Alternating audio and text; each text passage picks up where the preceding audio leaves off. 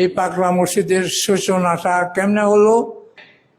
2 নম্বর, পাগলা মসজিদ কেন হলো, কখন থেকে হলো? 2 নম্বর। 3 নম্বর হইল এই মসজিদে মানুষের দান করার প্রবণতাটা কবে থেকে হলো, কিভাবে হলো? এই 3টা বার জানা দরকার আছে না? আজকাল তো মোবাইলের যুগ।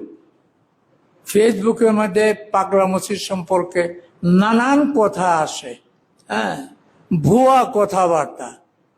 এমনও কথা আছে যে নদী দিয়া এক বুজুর্গ জায়নামাজ বিছায়া পানি দাইছে, তো ভুয়া কথা। হ্যাঁ, এমনও কথা যে শহীদ পাগলা চিনেন? শহীদ পাগলার মাধ্যমে এই মসজিদ হয়েছে, এই জন্য পাগলা মসজিদ। 1 নম্বর 100% না, 500% মিথ্যা। হ্যাঁ, শহীদ পাগলা কবে? আমি তো দেখছি, আমি আসছি তো এই পাগলা মসজিদে 1979 সালে আসছিলাম। দেখছি মানুষের কাছ থেকে চান্দা করছে, টিন কালেকশন করিয়া বিভিন্ন জায়গায় দিছে, কি করছে আল্লাহ জানে। পাগলা মসজিদে তো শহীদ পাগলা যে একটা কিছু টিন দিছে, এটা আমি জীবনেও দেখি নাই আমার এই 46 বছরের মধ্যে। আলহামদুলিল্লাহ, এই সেপ্টেম্বরে আমার 46 বছর অতীত হয়ে গেল, 47 শুরু হয়ে গেল, যদি আল্লাহ যতদিন রাখে। কাজেই এই সমস্ত কিছু না। তখন তো পাগলা মসজিদ কেন, তখনের অবস্থা অন্যরকম ছিল। গুরুদয়াল কলেজের প্রফেসর জিয়াউদ্দিন সাহ, আজ থেকে 50 বছর আগে উনি একটা লেখা দিছিলেন। উনি বলছিলেন যে 250 বছর আগে এই পাগলা মসজিদের সূচনা হয়। 50 বছর, এখন আরো 50 তাহলে 300 বছর আগে হইল পাগলা মসজিদের সূচনা। 300 বছর এটা খুব বেশি মনে হয়? 300 বছর, 100, 200, 300, আমার এই বয়স এখন 80 চলছে। হ্যাঁ, 300 বছর কি? 300 বছর আগে এটার সূচনা। সূচনাটা কেমনে হলো এটা আমি বলতেছি। এটা একটা ছোট্ট একটা টিলার মতো ছিল। হয়বতনগরের জমিদার বাড়ি, তাদের প্রপার্টি ছিল। কথাটা লক্ষ্য করেন, বাস্তব কথা এগুলি। আল্লাহ বোধহয় কথাগুলি বলার লাগেনি আমারে এখনো বাসায় রাখছে, কবে যেন চলে যায় জানি না। এটা দেওয়ান বাড়ির, অর্থাৎ হয়বতনগর জমিদার বাড়ির প্রপার্টি ছিল। এই টিলাটা ছিল সোয়ারিঘাট।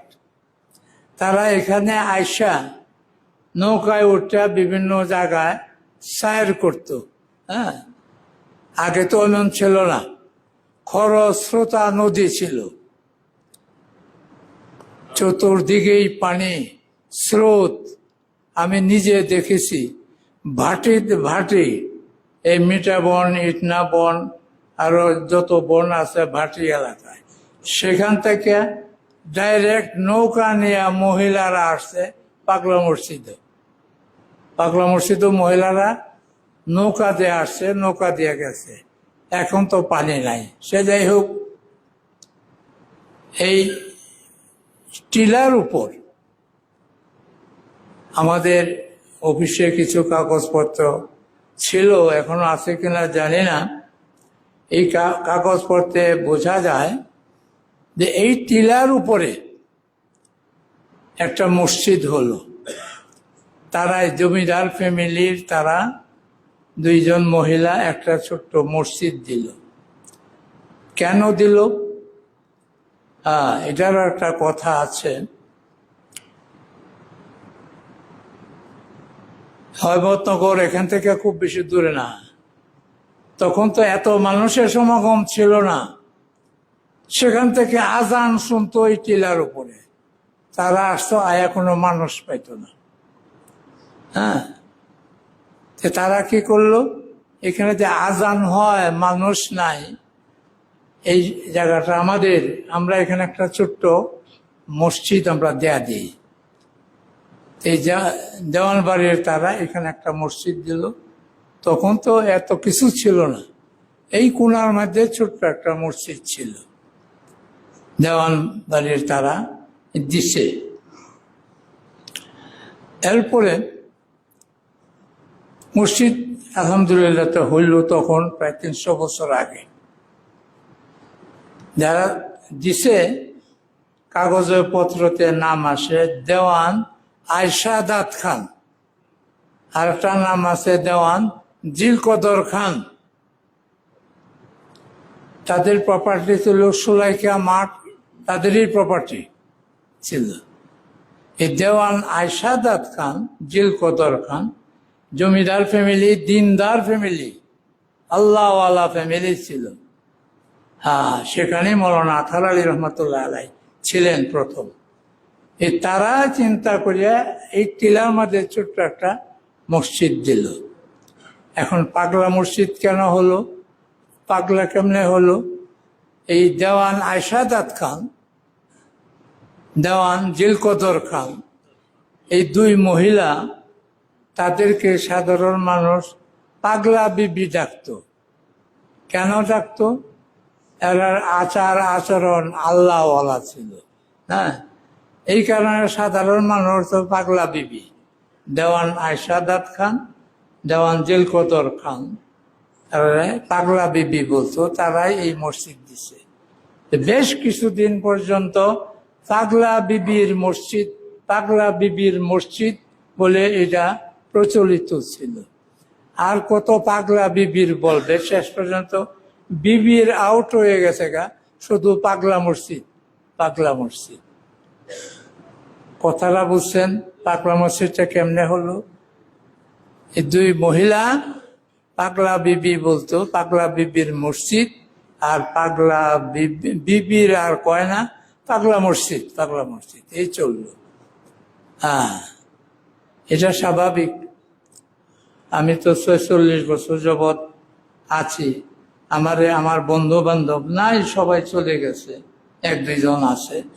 আমারে পাগলা ইমাম বলতো, আমার ছাত্ররা পাগলা হুজুর বলতো। আসলে পাগলা মসজিদের ইমাম, পাগলা মসজিদের হুজুরের এটা দাও সেটা দাও ছাত্ররা, কিন্তু এত লম্বা কথা আর থাকলো না, সিধা পাগলা হুজুর, পাগলা ইমাম। আমিও মান্না নেছি। আল্লাহ যদি আমারে সত্যিকার পাগলের মাফ করে দেয়, আমার যদি সেই মাফের পালা তাল্লায় ফালায় দেয়, কোনো আপত্তি নাই। এই পাগলা বিবির মসজিদ এইভাবেই পাগলা হলো। পাগলা মসজিদের ইমাম সিধা পাগলা ইমাম, যেমন আমারে কয়। হজের সময় একবার, অনেক আগে, প্রায় 20 বছর আগে হবে, হজে যারা নিল, জুনায়েদ আমার ছাত্র, সে হাজিদেরকে 4-5টা গাড়ি করছে, জিয়ারা করাবে, জিয়ারত। বিভিন্ন জনের বলতেছে আপনি অমুক গাড়িতে যান, অমুক গাড়িতে যান। কারো বলতেছে যে আপনারা পাগলা হুজুরের গাড়িতে যান, সেখানে যায় বসে। আমি তারে ডাক দিলাম, এই জুনায়েদ, জি হুজুর, তুমি মক্কায় আমার পাগলা হুজুর কও? হুজুর, পাগলা মসজিদের ইমাম সাহেবের গাড়িতে যায় বসেন, কত নাম বা আয়াত বলার সুযোগ নাই, এই জন্য পাগলা হুজুরের গাড়ি দিয়ে বল। হ্যাঁ, আচ্ছা ঠিক আছে, বলো তোমার সহজ যেভাবে। সে যাই হোক, পাগলা মসজিদের সূচনাটা বলছেন, বুঝছেন তো, 300 বছরের আগে। আর পাগলা মসজিদ কেন হলো? যারা দিছে পাগলা বিবি আয়শাদাত খান, দেওয়ান জিলকদর খান, পাগলা বিবি বলতো। এই পাগলা বিবির মসজিদ আর বিবির আর নাই, এখন সিধা পাগলা মসজিদ। এখন 2টা পয়েন্টই আলোচনা হয়ে গেল। আর একটা কথা, যে মানুষের দান করার যে প্রবণতাটা, এটা কেমনে হলো? আগে তো এত মানুষ আসতো না। আমি তো 1979 সালে আসছি। পরে 30-35 জন 40 জন মানুষ নিয়ে জুম্মার নামাজ পড়ছি।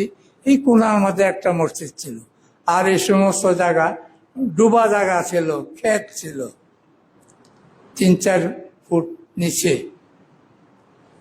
সেই জায়গায় নামাজ পড়ছি আমি। 40-50 জনের ঊর্ধ্বে মানুষ জুম্মার নামাজ পড়ছি। কখন তো বোধ হয় 100 মানুষ হয় নাকি পাগলা মসজিদ জুম্মার মধ্যে? হ্যাঁ, 20,000। ওরে বাবারে, শূন্য বেড়ে গেছে। সে যাই হোক, হ্যাঁ, এই পাগলা মসজিদ তো আগে এই যে মানুষ যে দান করার প্রবণতাটা, ছোট আছেন সময় তো মানুষ কম, কিন্তু এই প্রবণতাটা আরো আগের থেকে। দেওয়ানবাড়ির, হয়মতনগর দেওয়ানবাড়ির লাস্ট জমিদার, ওনার নাম ছিল মান্নান দাদ খান। কি নাম? মান্নান দাদ খান, হয়মতনগরের লাস্ট জমিদার। ওনারে আমি দেখি নাই, তবে দেখছি মারা যাওয়ার পর তার লাশ গিয়া দেখছি। আমি ছোট জামিয়া আমদাদিয়াতে পড়ি, লাশ যায় দেখছি। এরপরেও সায়েরা মিয়া আরেকজন ছিল, সে আমার বাসা পর্যন্ত আসছে, সায়েরা মিয়া। এই লাশ জমিদার মান্নান দাদ খান, উনি আমার এক আত্মীয়র সাথে বলছেন, এই পাগলা মসজিদ হওয়ার আগে তাদের ফ্যামিলির লোকজন দেখলো হিন্দু প্রধান এলাকা ছিল, হিন্দু প্রধান এলাকা, আর এটা খরস্রোতা নদী, খরস্রোতা নদী। হ্যাঁ, তো উনি বলতেছেন এখানে হিন্দু লোকেরা আইসা ভুগ দেয়, নদীতে ভুগ দেয় না কি, পূজা করিয়া পরে মূর্তি বানায় পূজা করে, আর এই মূর্তি আর আবার বাঁশ দেয়া গাওয়াইয়া পানি দিয়ে ডুবাইয়া মূর্তির 12টা বাজায় দেয়। হ্যাঁ হ্যাঁ, এই আবার ভুগ দে, ভুগ কলা এটা এটা ভুগ দেয়। স্বল্প মুসলমান ছিল, তারাও আইসা হিন্দুদের সাথে এই ভোগ দিত, বুঝলেন, মসজিদ নির্মাণের আগে। উনি ইতিহাসটা বলছেন, যার কাছে তিনি আমার কাছে বলছেন।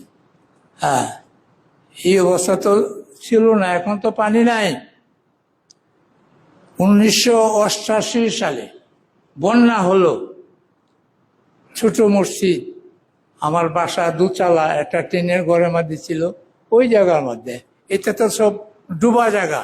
হ্যাঁ, এত পানি হয়েছে, বাসা থেকে মসজিদ পর্যন্ত বাঁশের সাঁকো দিয়ে আসছি মসজিদে, ওই রাস্তা সব ডুবে গেছে। হ্যাঁ, 1988 সালে। কাজে তখন তো আরো কেমন ছিল। হ্যাঁ, মান্নান দাদ খান বলছেন এখানে মুসলমান যারা আছে, স্বল্প মুসলমান, তারা হিন্দুদের সাথে আইসা ভোগ দেয়, হিন্দুরা যা দেয় এগুলি দেয়। হ্যাঁ, তো মুসলমানরা যে দিবে কোনো মসজিদ ভিত্তিক দিবে, হিন্দুদের সাথে কেন দিবে? এই যে দেওয়ার প্রবণতাটা কিন্তু তখন থেকেই মসজিদ। মান্নান দাদ খান বলছেন যে এটা মসজিদ হওয়ার আগে এই গোটা কিছু মুসলমান যারা ছিল হিন্দুদের সাথে হিন্দুদের প্রথা অনুযায়ী ভোগ দিত। তো এখন ওনারা চিন্তা করলো মুসলমানরা কিছু দিতে হলে মসজিদ ভিত্তিক দিবে, তাই তারা এখানে একটা কি করছে, তাদের টিলার উপর, যেহেতু এটা তাদের প্রপার্টি, ছোট্ট মসজিদ দিল। এই মুসলমানরা এই মসজিদে দেয়। এই যে দেওয়ার একটা প্রবণতা শুরু হলো, এটা এখনো আছে, এখনো আছে, আমি দেখেছি এখনো আছে মানুষদের, কারো ফলে আর কারো না ফলে। এরকম তো হয় নাই যে কেউ আসে তারই সবকিছু মঞ্জুর হয়ে গেল। হ্যাঁ, পৃথিবীর, আমি আরো বলছি, এই মাসের কত তারিখ একটা নিয়েছিলাম, সেপ্টেম্বরের 2 তারিখ আমার কিছু কথা নিয়ে মোবাইলে ছেড়ে দিছে। এ পর্যন্ত কত লাখ মানুষ শেয়ার করছে? 8,81,000 মানুষ এ পর্যন্ত দেখছে। বাস্তব কথাটা, বই যদি আমি বানাইতাম, ছাপাইতাম, এটা কয়জনে পড়লো? ওখানে একটা সুযোগ আছে। এখন তো আরো ধরেন 15-20 হাজার মানুষের কাছে বলতেছি। হ্যাঁ, তো এই প্রবণতা, এই যে মসজিদে দেওয়ার যে একটা প্রবণতা, এটা তখন থেকেই ছিল, ক্রমে ক্রমে বাড়তে বাড়তে এখন তো হাজার হাজার না, লক্ষ লক্ষ না, কোটি কোটি টাকা এই মসজিদে আসে, তাই না? কাজেই এই মসজিদে সম্পর্কে 3টা কথা, বাস্তব কথা বললাম। সূচনা, পাগলা মসজিদ কেন, এবং পাগলা মসজিদে দেওয়ার প্রবণতাটা তখন থেকেই এটা আরম্ভ হয়েছে, এখনো ক্রমে ক্রমে বাড়ছে। বিশেষভাবে যখন করোনা আসলো, করোনার পরে মিডিয়া, সাংবাদিকরা এটা আরো এই প্রচার করে করে এটা আরো বাড়াইছে। এখন মানুষ পাগলা মসজিদের দিকে আসে। নতুবা হাদিসের ভাষা অনুযায়ী মক্কার কাবা শরীফে যে হারাম শরীফ বলে, মদিনার হারাম শরীফ, বাইতুল মুকাদ্দাস, মসজিদে আকসা, ফিলিস্তিনের এই মসজিদে আকসা অনেক শতাধিক নবীর এলাকা ছিল সেই মসজিদে আকসা। আর মদিনার 2টা মসজিদ, মসজিদে কুবা এবং মসজিদে কিবলাতাইন, হাদিসে আছে যে মসজিদের 2 রাকাত নামাজ পড়লে উমরার সওয়াব হয়। এই কয়টা মসজিদ ছাড়া মক্কা আরো মসজিদ আছে না, মদিনা শতাধিক মসজিদ আছে। আকাশচুম্বী মসজিদ হোক আর টিনের ঘর, সোনের ঘরের মসজিদ হোক, মর্যাদা একই। এটা হইল বাস্তব কথা। হ্যাঁ, এখন পাগলা মসজিদে কেন মানুষ এত আসে, এটা আল্লাহ রাব্বুল আলামিন জানেন, আমি তো জানি না। আল্লাহ রাব্বুল আলামিন জানেন কেন। এটা আমি তো সূচনা থেকেই বললাম, মানুষের দেওয়ার প্রবণতাটা বাড়তে বাড়তে পাগলা মসজিদ সম্পর্কে এরকম হলো। আচ্ছা, এই ব্যাপারে আর আমি আর কথা বলতেছি না। আর পাগলা মসজিদে এখন খুব লোকের সগমন হয়, আসে লোক, কয়েক হাজার, আমার বিশ্বাস কয়েক হাজার মহিলাই আসে। আর পুরুষ যারা আছে তা আপনারা দেখতেই আছেন। সমস্যা হইল মহিলা কয়েক হাজার। আমি আজকে জিজ্ঞাসা করলাম তাদের বাথরুম কয়টা, বলে 5টা।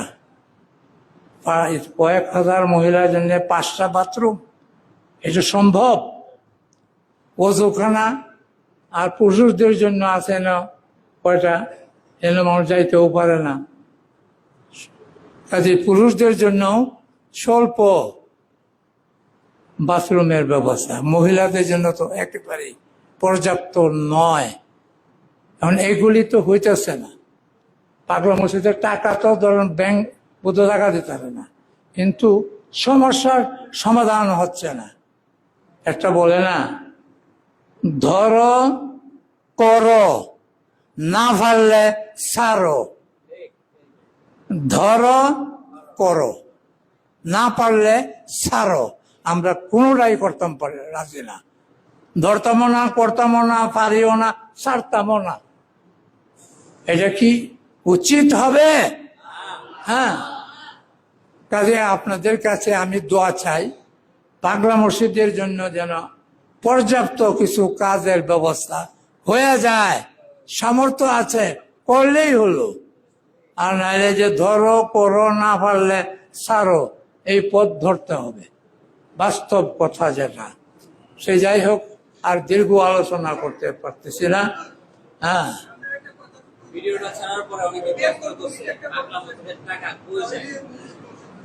পাগলা মসজিদের টাকা কই যায়? আমাদের মসজিদ কমিটির সভাপতিকে জিজ্ঞাসা করো। কোথায় যায় না, সব ব্যাংকে জমা হইতাছে। কোথায় যায় না, কিছু করা হয় না কেন? এই যে মসজিদ কমিটির সভাপতি আছে, তাদেরকে জিজ্ঞাসা করে। আমি বললে তারা তো গুসা হইতারে, গুসা করে লাভ নাই। সে যাই হোক, দোয়া করেন যে পাগলা মসজিদে মানুষ দান করে, সেই দানের যেন সুব্যবস্থা আল্লাহ কইরা দেয়। সেই দানের মাধ্যমে আমার সাথে তওবা ইস্তেগফার করেন। প্রতি শুক্রবারের একটা বিশেষ আমল আমার। তওবা ইস্তেগফার ছাড়া মৃত্যুবরণ